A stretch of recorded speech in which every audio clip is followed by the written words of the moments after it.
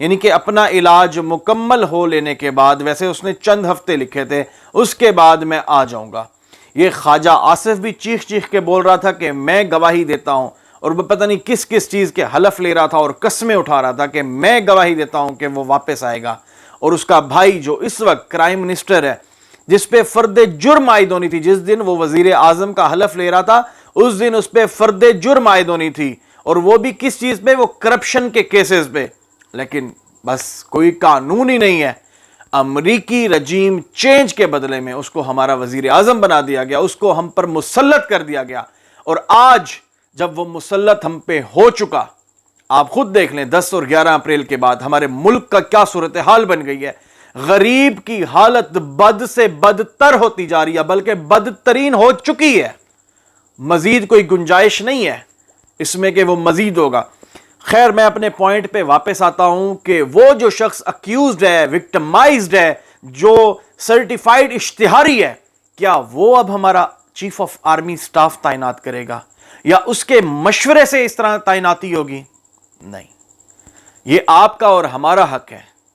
یہ آپ کا اور ہمارا حق کیسے ہے کہ جو ہمارے ووٹ سے، ہماری پرچی سے، ہمارے انگوٹھے کی طاقت سے جو حکومت انتخابات کے بعد وجود میں آئے گی، یہ اس کا حق ہے اور اس کو ہی کرنا چاہیے۔ تمام جرنیلز محب وطن پاکستانی ہیں، تمام پروفیشنل فوج کے کمانڈوز ہیں، جرنیلز ہیں، ان میں کسی قسم کا کوئی شک و شبہ ہی نہیں۔ لیکن ایک وکٹمائز پرسن کیا ہمارے ملک کی آرمی کا چیف سلیکٹ کرے گا؟ یہ ہمارے لیے سوٹ نہیں کرتا۔ اس پہ ہم بولیں گے، بولنا ہمارا حق بنتا ہے۔ کیوں؟ کیونکہ ہم پاکستان کے شہری ہیں، کیونکہ ہمارے ہی ٹیکس کے پیسوں سے یہ جو بدبودار سیاستدان ہے، یہ جو فضلہ خور سیاستدان ہے، یہ جو حرام کا مال بنا بنا کر ہمارے ملک سے پیسہ منی لانڈرنگ کر کے لے کے گئے ہیں، ہم تو ان کے خلاف بولیں گے۔ صرف بولیں گے نہیں، ہم ایسی آواز بلند کریں گے کہ انشاءاللہ تعالیٰ ان کے کان بجیں گے اور ان کے سر گونجیں گے۔ بہرحال یہ بات میں آپ کو بتا چکا ہوں۔ ابھی بھی اگر کوئی ان سے محبت رکھتا ہے، آپ خود دیکھیں کہ چیف آف آرمی سٹاف کی تعیناتی وہ وکٹمائزڈ پرسن کرے گا۔ ویسے تو شہباز شریف یا شہباز شریف کو بھی نہیں کرنی چاہیے، یہ سلیکٹڈ ہے بیسیکلی، یا یہ امریکی رجیم چینج کے بعد آیا ہے۔ یہ باہر کے لوگوں کی، یعنی کہ وہ جو موساد اور اسرائیل، ہندوستان، امریکہ، یا جو پاکستان کے دشمنان ممالک ہیں، یہ ان کی رضا سے آیا ہے، ان کی بنائی ہوئی چال سے آیا ہے۔ یہ جو 80 سے 85 سیٹوں والا اس ٹائم ہمارے پہ وزیر اعظم بنا ہوا ہے، جو ہماری ہر جگہ بے عزتی کرا رہا ہے، ہر جگہ پہ۔ اب یہ آج گیا ہے ادھر، یہ اپنا یہ جو ہو رہی تھی شنگھائی تعاون کی جو وہ پورا ایک سسٹم تھا، یا شنگھائی تعاون تنظیم کا جو ایک سیمینار تھا، اس کے اندر اس نے کیا بنایا ہے؟ ہمارے ملک کا اس کو شرمندہ ہی کرایا، ہمارے ملک کے لوگوں کو۔ یار وزیر اعظم کی پوسٹ پہ ہے، آپ تھوڑی تیاری سے چلے جاؤ۔ ویسے تو آپ وزیر اعظم نہیں ہیں، آپ کو وزیر اعظم ہم مانتے ہی نہیں ہیں، لیکن کیونکہ ملک کے وقار کی خاطر اگر آپ ہماری پریزنٹیشن تھے ہی صحیح، آپ ہمارے ملک کو ریپرزینٹ کر ہی رہے تھے، تو پھر ایٹ لیسٹ آپ تیاری سے جائیں۔ آپ سے ایک ہینڈ فری نہیں سنبھالی جاتی۔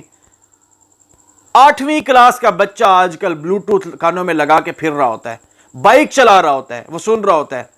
جن ٹک ٹاکروں کے بارے میں آپ کا یہ جو اسٹریٹجک سوشل میڈیا ہے، یہ جو مریم بی بی کا، وہ جن ٹک ٹاکروں کے بارے میں بات کرتا ہے، وہ پورا دن لگا کے پھرتے ہیں، انہیں تو نہیں کچھ کبھی مسئلہ ہوتا۔ تھوڑا سا شرم کر لیں، تھوڑا سا حیا کر لیں، تیاری کے ساتھ جایا کریں۔ وہاں اپنے آپ کو آپ نے 30 مار خان ثابت کرنے کے لیے کیا کیا جھوٹی ویڈیوز اور تصاویر نشر کروائی ہیں، اور جب وہ پوری ویڈیوز ہم تک پہنچی ہیں تو ڈیفینیٹ سی بات ہے پوری قوم بھی ہنسی ہے، پوری دنیا بھی ہنسی ہے آپ پہ۔ Simple is that. مقتدر حلقوں سے بھی میری ریکویسٹ ہے، اور خصوصی طور پر عدالت عالیہ، عدالت عظمیٰ سے میری ریکویسٹ ہے کہ یہ جو ایک تعیناتی ہونی ہے وہ پاکستان میں ہی ہو، پاکستان ہی کے لوگ کریں، پاکستان کے لوگ، یعنی کہ یہ جو عوام ہیں، یہ جو حقیقی اسٹیبلشمنٹ ہے عوام کے، وہ لوگ جس حکومت کو اپنے انگوٹھے، یعنی کہ اپنی پرچی کے زور سے، اپنے ووٹ کے زور سے جس حکومت کو منتخب کریں، خواہ وہ انہی کی بے شک بعد میں بن جائے، جو ممکن نہیں ہے انشاءاللہ تعالیٰ کسی بھی صورت، لیکن جو بھی منتخب ہو کے آئے وہ چیف آف آرمی اسٹاف کا انتخاب کرے، نہ کہ ایسے وکٹمائزڈ پرسنز۔ وہ ملک کے دشمن لوگ ہیں، وہ چور ہیں، وہ لٹیرے ہیں، وہ ڈاکو ہیں۔ وہ اب دونوں باہر بیٹھے ہوئے ہیں، زرداری بھی باہر بیٹھا ہوا ہے، بیماری وہ ہے ہی بیماری اور بیماری کے بہانے بیٹھا ہوا ہے، اور دوسرا بھی ایک بہت بڑی ہی موذی بیماری ہے جو پاکستان کو کھا چکا ہے، جو پاکستان کو لوٹ کر کھا چکا ہے۔ 2400 ارب، یہ کل کا سیاہ دن تھا۔ کل قاسم سوری بتا رہے تھے، قاسم سوری صاحب جو کہ ڈپٹی سپیکر تھے سابق، وہ بتا رہے تھے کہ 2400 ارب روپے کا پاکستان کو نقصان ہوا ہے، صرف کیوں کہ جو انہوں نے امینڈمنٹس کی ہیں، صدر نے، عارف علوی نے سگنیچر نہیں کیے، پھر بھی قانون یعنی کہ وہ جو ترامیم تھی نیب کے قوانین میں وہ انہوں نے کروا لی، اس کا ٹائم پورا ہوا، وہ آٹومیٹکلی ہو گئی۔ اب اس کے روزانہ کی یعنی کہ روزانہ کی بیسس پہ اب ریفرنسز واپس عدالت سے نیب کو بھیجے جا رہے ہیں۔ وہ جو راجہ رینٹل ہے، وہ جو بھی سپیکر بنا ہوا ہے، اس پہ بہت بڑے قسم کے مقدمے تھے کرپشن کے، وہ ختم ہو گئے ہیں، واپس چلے گئے ہیں۔ یوسف رضا گیلانی کے واپس چلے گئے ہیں۔ آہستہ آہستہ ان سب کے کیسز ختم ہو رہے ہیں، اور یہ اس رجیم چینج کا یعنی کہ یہ فائنل فیز تھا جو اب ہو رہا ہے۔